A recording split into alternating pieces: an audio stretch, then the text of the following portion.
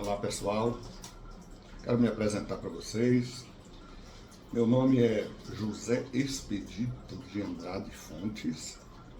Isso gera uma confusão muito grande, porque tem gente que me chama de José, outros de Expedito Andrade, outros de Expedito Fontes, outros de José Fontes.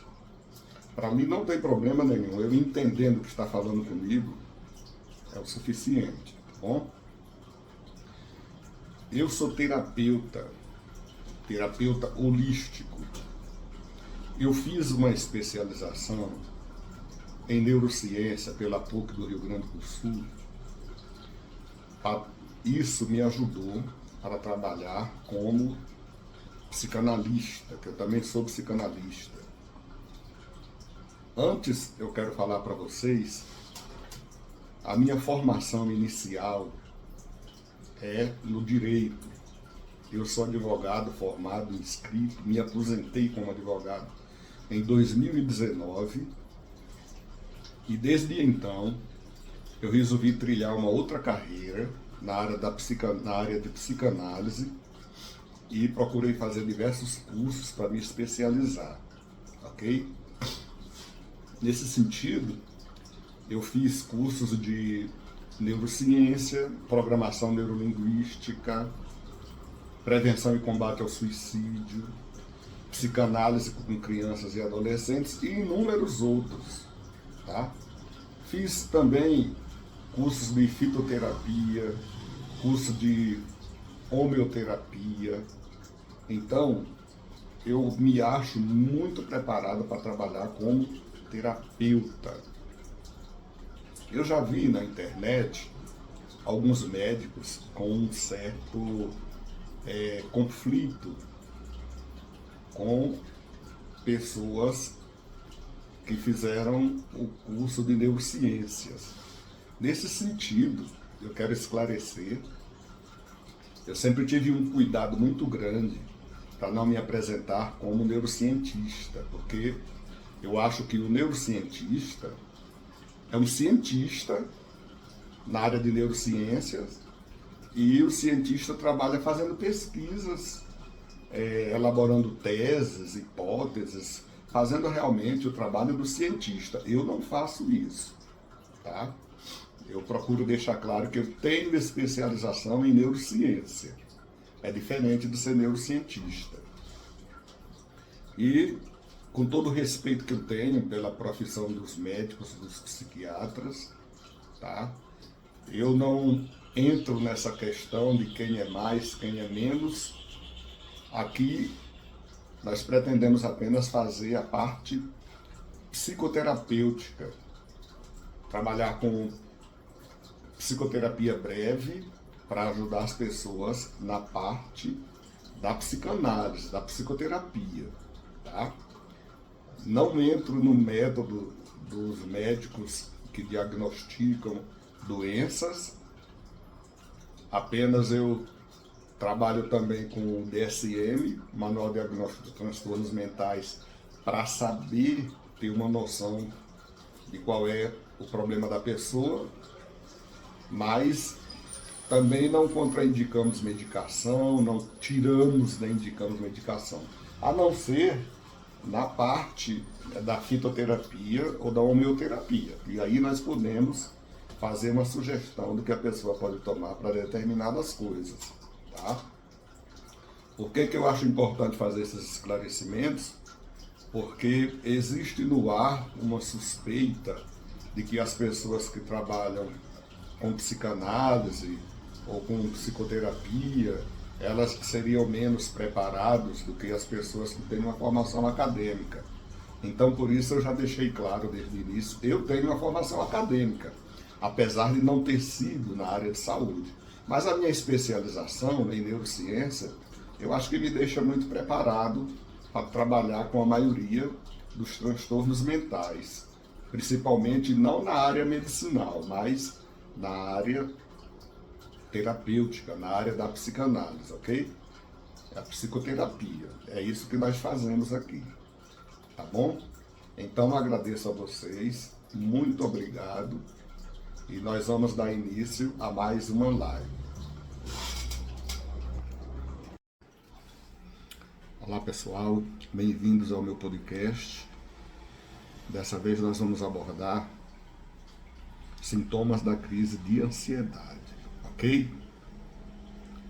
Quero que você entenda que esse podcast ele é dirigido às pessoas comuns, não é um curso, não é para especialista, é para as pessoas que precisam entender e tratar a crise de ansiedade, ok? Então, não vamos fazer aqui nenhuma análise da bioquímica, da anatomia, da neurobiologia, da ansiedade. Nós vamos falar os sintomas conforme nós vemos no Manual Diagnóstico dos Transtornos Mentais, número 5, e vamos abordar algumas características dos tipos de ansiedade que existe. Pessoal, o transtorno de ansiedade, ele tem em sua composição o medo e a ansiedade propriamente dita. O que é o medo? O medo é a resposta a uma ameaça, nosso organismo reagindo a uma ameaça, tá? Pode ser uma ameaça de vida, uma ameaça de alguma coisa que a gente precisa reagir. E a ansiedade, ela é a antecipação desse medo, alguma coisa prejudicial que pode acontecer, tá bom? Então, o nosso organismo, nosso instinto de sobrevivência, ele foi preparado, na verdade, para ter o medo e a ansiedade. Mas o medo e a ansiedade, eles se tornam patológicos a partir de um momento que isso se torna muito frequente, muito constante e abrange no mínimo um período de 6 meses.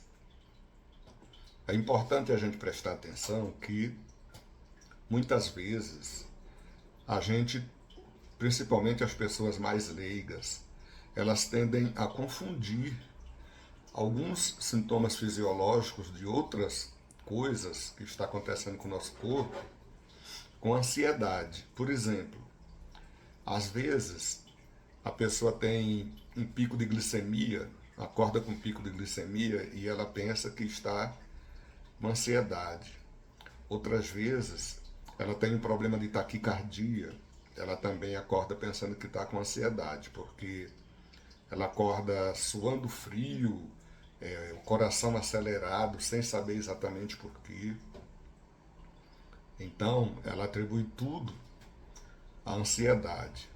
É por isso que nós vamos abordar aqui alguns tipos de ansiedade para poder a gente saber se está lidando realmente com uma ansiedade tipificada no Manual Diagnóstico de Transtornos Mentais ou se é uma reação a um outro comportamento que o corpo está sofrendo, ok?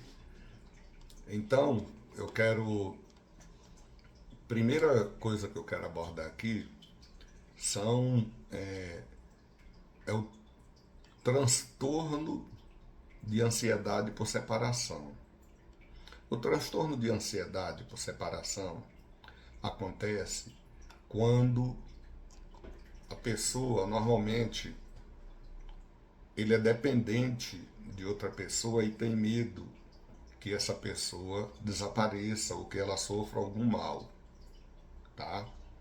Tem medo que ela sofra algum mal e começa a sentir uma ansiedade por uma separação que muitas vezes nem vai acontecer, inúmeras vezes não vai acontecer essa separação ou esse mal que a pessoa tem medo. Então, quando isso se torna muito frequente, muito demorado, aí é necessário tratar, tá? É a ansiedade de separação.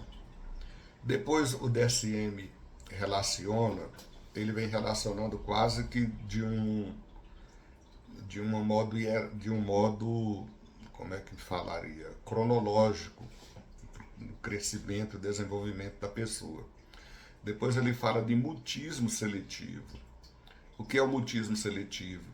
É quando a pessoa, o indivíduo tem medo de falar em público.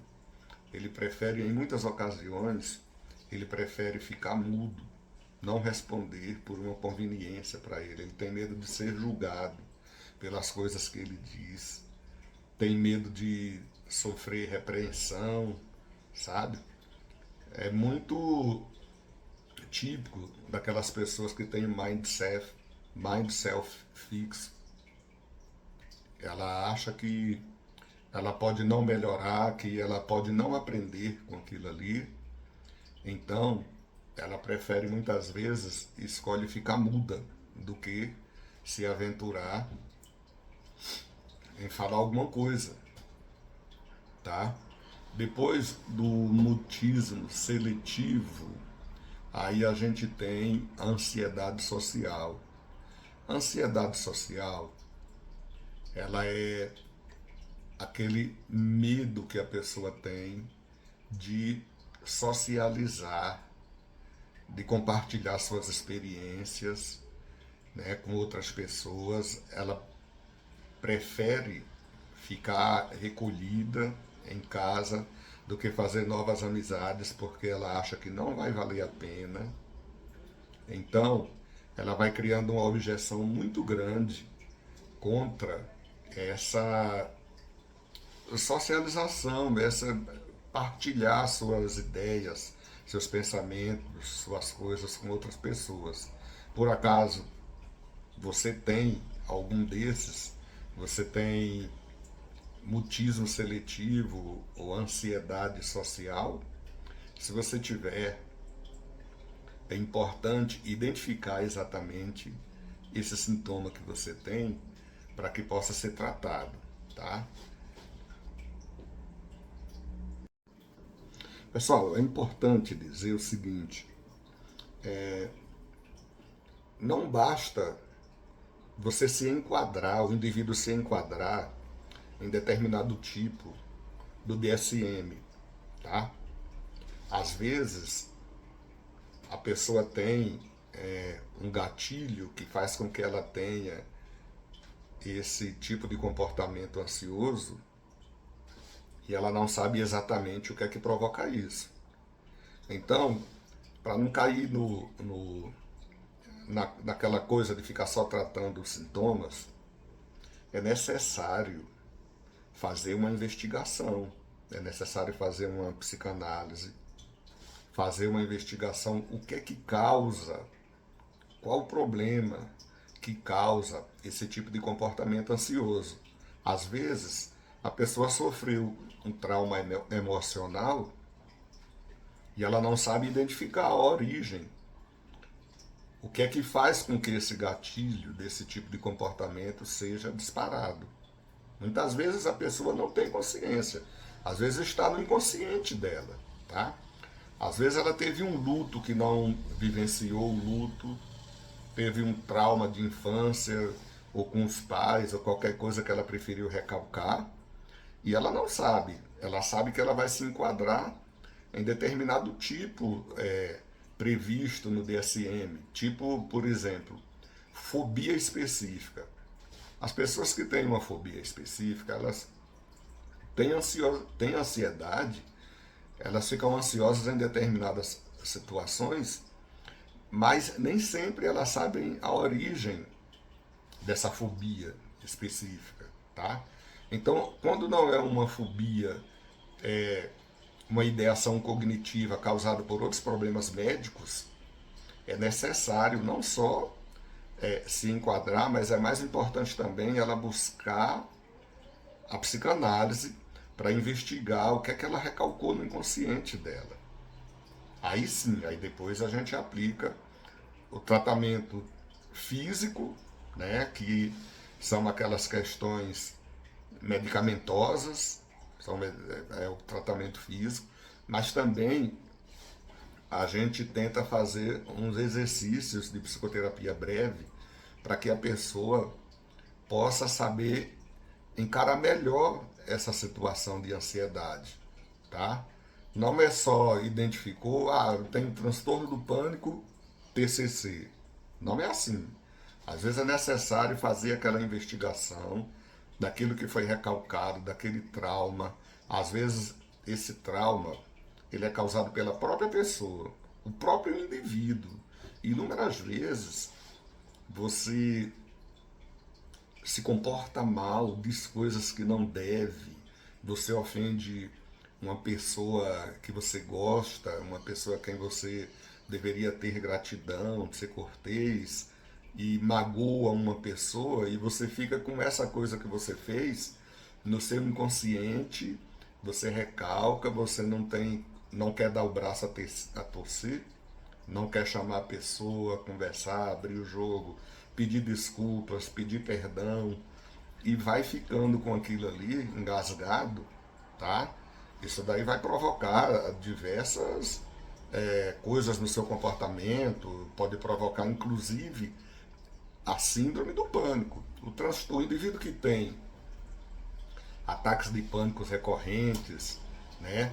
Ele está persistentemente apreensivo, preocupado com a possibilidade de sofrer ataques de pânico, alterações, às vezes ele não sai de casa com medo, ele deixa de fazer muita coisa porque ele tem medo, tá? E tem muitos prejuízos sociais, né? Porque às vezes ele espera o ataque de pânico, às vezes o ataque de pânico acontece sem ele estar esperando, sem uma razão aparente. É quando acontece sem essa razão aparente que vale a pena investigar se ele não recalcou alguma coisa no seu inconsciente, tá bom? E é importante a gente frisar também que esse ataque de pânico ele não é decorrente apenas de crise de ansiedade. Ele pode estar em comorbidade com outros transtornos que a pessoa vem sofrendo também. É necessário fazer esse diagnóstico médico com o psiquiatra, mas que o psiquiatra também investigue seus hormônios, o cortisol, neuroadrenalina, noradrenalina, adrenalina, né? É importante a pessoa se abrir e dizer o que é que está passando com ela antes de começar a tomar uma medicação, tá certo? Em seguida nós temos também os indivíduos que sofrem de agorafobia. O que é agorafobia? Agorafobia é quando a pessoa se sente tão abandonada que ela tem medo de sair, tem medo de ficar em lugares fechados, ela sente um desconforto muito grande na maioria das situações. Ela precisa, normalmente, ela precisa estar acompanhada por alguém, porque ela tem medo de ficar sozinha, ela tem medo de sair e na rua ter um ataque e ficar totalmente incapacitada, não saber como vai resolver. Então, essas pessoas que têm ataque de pânico, agorafobia, elas precisam buscar uma terapia, uma psicoterapia. Buscar uma psicoterapia, porque só ficar tomando remédio para os sintomas pode não ser um grande negócio, tá bom? A maioria desses ataques, desses medicamentos que atacam os sintomas, às vezes eles trazem um conforto momentaneamente, mas para frente, quando aparece aquela situação novamente, a pessoa volta a ter aquela crise toda e parece que não vai melhorar muito, não vai melhorar nunca, né? Isso aí, sabe por quê? É porque ela não tratou o inconsciente, ela não tratou, ela não fez uma análise generativa desde o seu nascimento, tá?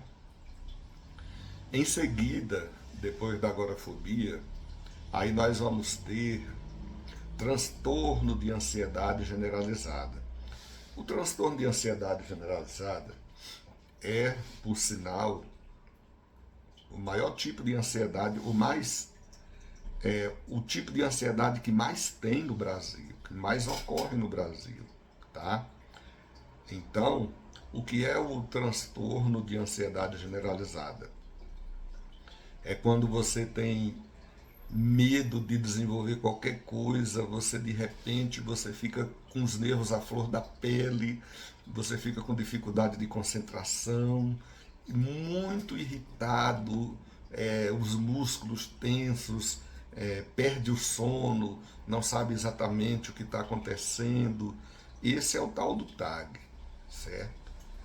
Você vê que também é um transtorno proveniente do medo e da ansiedade que você antecipou sem saber, às vezes, na maioria das vezes, sem nem saber exatamente por que isso está acontecendo. Pessoal, é importante também a gente lembrar que muitas vezes o transtorno de ansiedade ele pode ser induzido por outras substâncias médicas, medicamentos.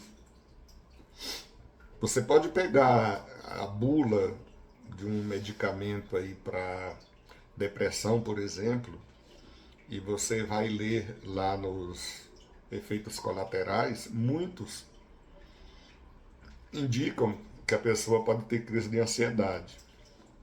Tem outras comorbidades, muitas comorbidades, muitos sintomas físicos de outras doenças, muitas condições médicas de outras doenças que podem causar sintomas de ansiedade. Nesse caso, é importante não tratar diretamente a ansiedade, é importante rever a medicação que está causando isso, porque esse transtorno devido a essa medicação médica, essa condição médica, você vai ter condições, vai ter situações fisiológicas, igual eu frisei antes, como taquicardia.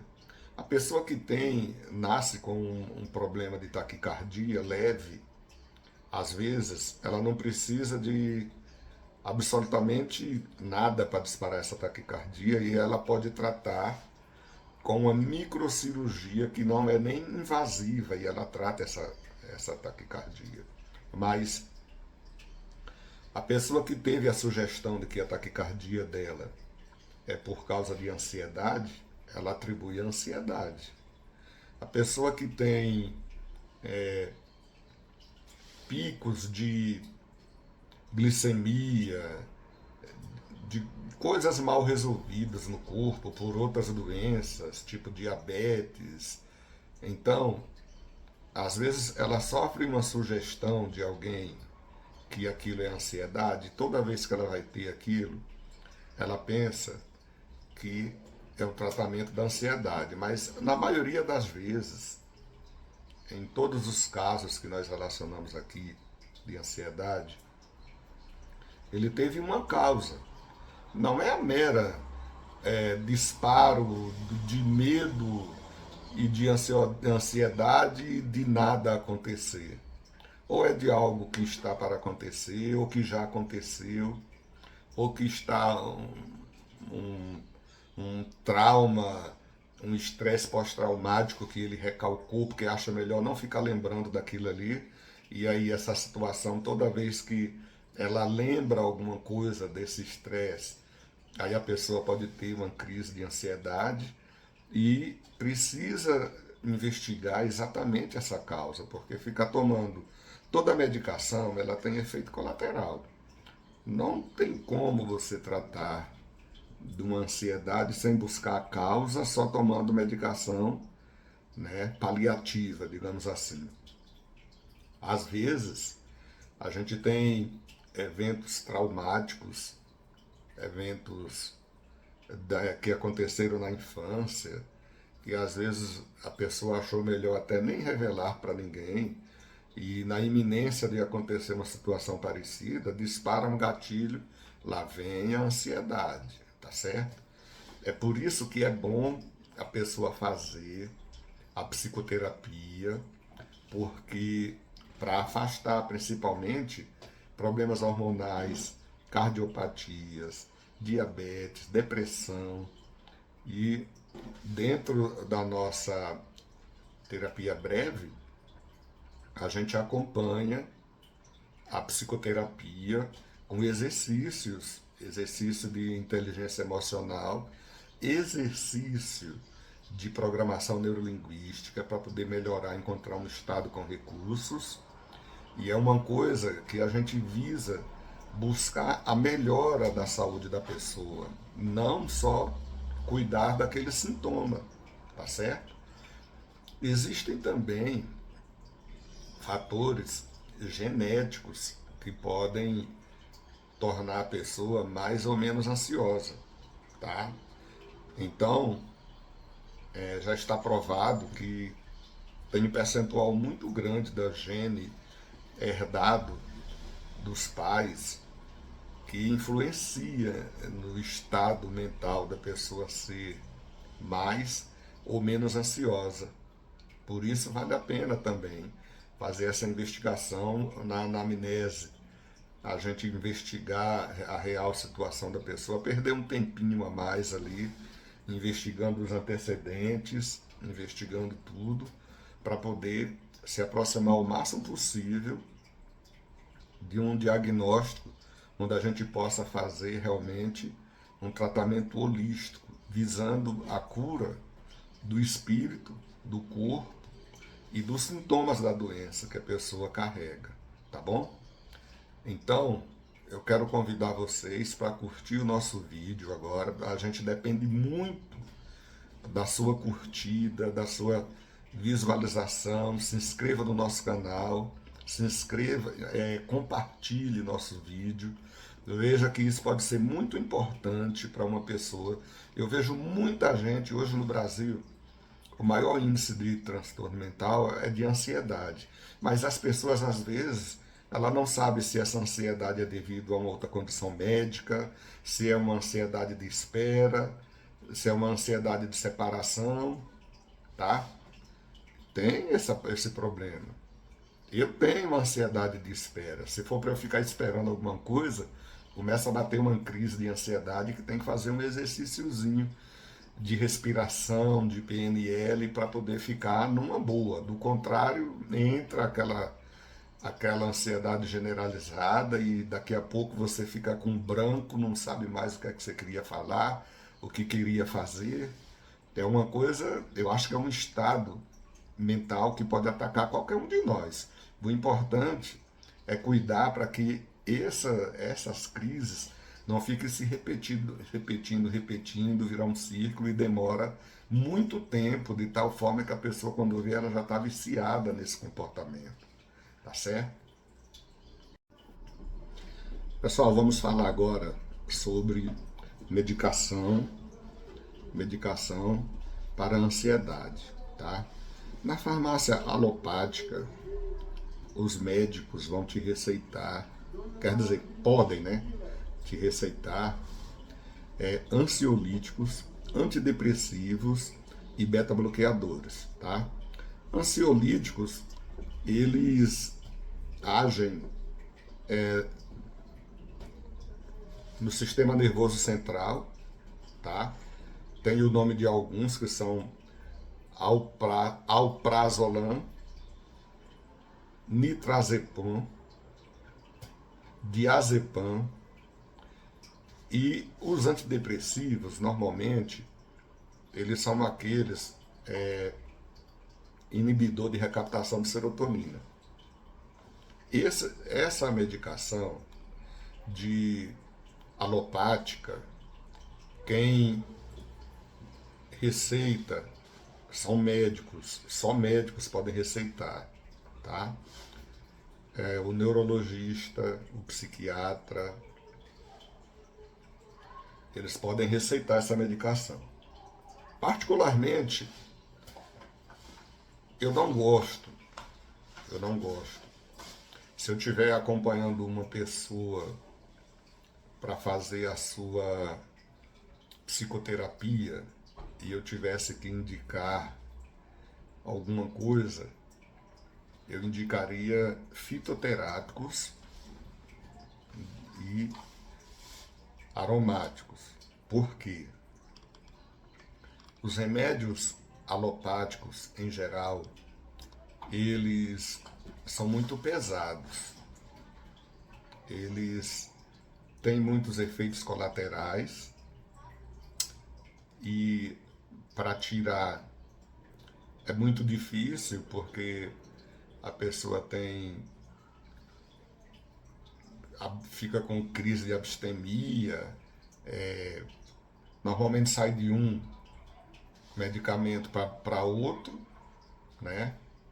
Então, se o médico indicou, só ele pode tirar. Às vezes as pessoas perguntam, tomando isso aqui, esse fitoterápico aqui, eu posso parar de tomar esse remédio indicado pelo psiquiatra? Não, de jeito nenhum. Só ele pode indicar. Se a pessoa se sentir melhor tomando uma medicação homeopática ou da aromaterapia ou fitoterápica, ela tem que procurar o médico e dizer, olha, doutor, estou me sentindo melhor, vamos reavaliar a nossa condição médica, porque eu quero parar com essa medicação. Nenhum outro terapeuta pode suspender remédio passado por médico, ok? Na fitoterapia, a gente encontra coisas muito boas para aliviar e para cuidar da ansiedade. Você pode procurar tintura de poejo, tintura de lavanda, tá? Valeriana. Você pode procurar o próprio maracujá, você pode fazer com a polpa do maracujá ou com a flor, a passiflora. Você pode fazer uma medicação fitoterápica muito eficiente. Aliás, tem que ter cuidado, porque não é todo mundo que pode se tratar com maracujá. Maracujá é muito forte, tem pessoas que desmaiam, passam mal. Tem que ser mais tranquilo, porque tanto ele baixa a pressão, como tem pessoas que reagem muito mal com os efeitos do maracujá. A fitoterapia, ela causa menos efeitos colaterais do que a medicação alopática, que é química, mas esse negócio de que remédio natural não faz mal é mito. Dependendo da condição da pessoa, ela pode ter um efeito alérgico, pode reagir e fazer mal, sim, tá? Normalmente não causa dependência, né? Mas é bom ter pelo menos uma indicação de um fitoterapeuta, de um homoterapeuta. Você leva o nome, consulta normalmente nas farmácias de manipulação, tem farmacêutico lá da homoterapia, da aromaterapia. Se você quiser usar o óleo essencial de lavanda, tá? Óleo essencial de bergamota ou de alecrim, você vai ter um efeito calmante muito bom, tá? Agora você tem que ter cuidado, porque você pode comprar esses óleos essenciais pela internet, mas tem muitos fabricantes, e os preços variam muito de valores irrisórios a valores muito caros. Você tem que procurar um fabricante que não seja desses dos mais baratos, porque quando ele vem, estamos falando aqui em aromaterapia, quando você compra o óleo essencial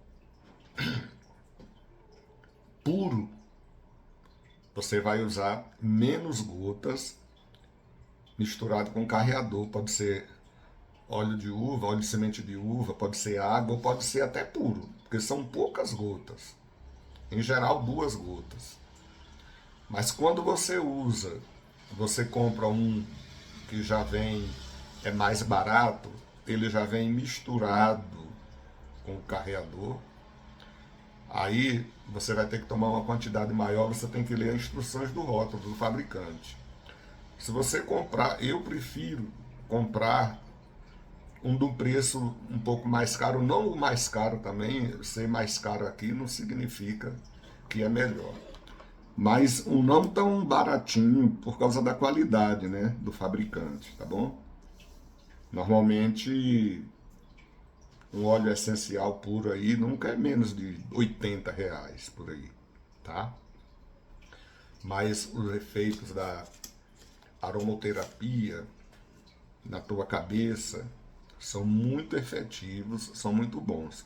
Pessoal, peço a vocês mais uma vez, curta nossos vídeos, tá? Para a gente continuar produzindo coisas de qualidade. Toda quarta-feira, meio-dia, nós vamos publicar alguma coisa de qualidade. Abordei já, essa eu acho que é a segunda ou terceiro podcast sobre ansiedade. Se você tiver alguma dúvida, pode enviar sua pergunta. A gente pode continuar nesse tema ou na próxima quarta-feira com alguma coisa diferente. Curta nossos vídeos, se inscreva e compartilhe. Muito obrigado por você ter tido a paciência de assistir, ok? Até a próxima.